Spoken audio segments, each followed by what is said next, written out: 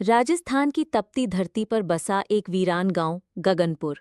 रेत की टीलों के बीच बसा ये गांव दिन में सुनसान रहता था, लेकिन हर शाम गांव के ऊंचे किले पर एक बुजुर्ग दिखाई देते थे, जो बिना पलक झपकाए डूबते सूरज को निहारते रहते।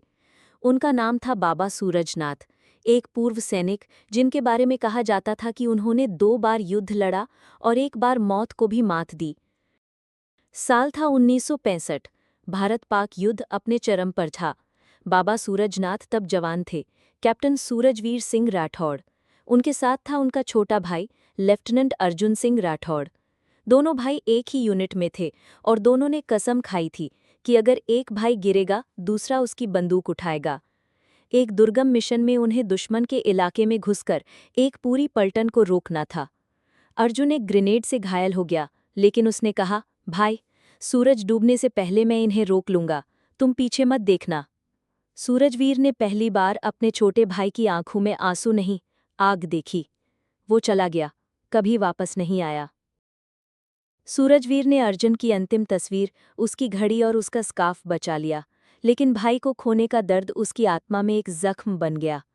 सेना ने उसे वीरता पुरस्कार दिया, लेकिन वो बोला, जिस सूरज के साथ मेरा भाई गया, वो सूरज मेरे लिए कभी नहीं होगा। उसी दिन से सूरजवीर ने अपना नाम बदल लिया, सूरजनाथ। वो हर दिन डूबते सूरज को देखकर अपने भाई से बात करता।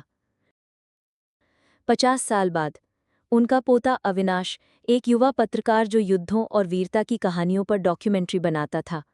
अविनाश को कभी दादाजी की ये सूरज पूजा समझ नहीं आती थी।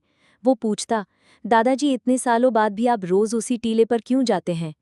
बाबा बोले, क्योंकि सूरज अभी लौटा नहीं, और जब तक वो वापस ना आ जाए मैं यहाँ रहूंगा।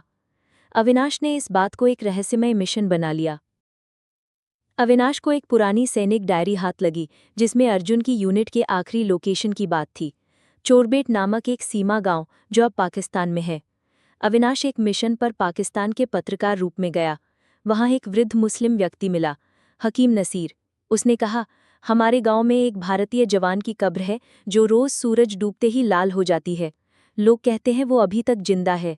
कब्र पर लिखा था, Arjun the man who stopped the sunset.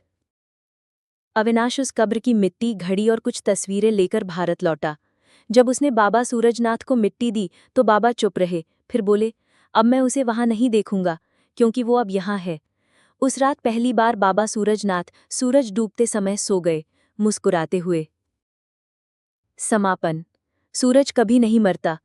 Avinash ने गगनपुर में एक स्मारक बनवाया, सूरज पथ, जहां हर शाम डूबते सूरज की ओर मुंह करके सैनिकों के नाम लिए जाते हैं।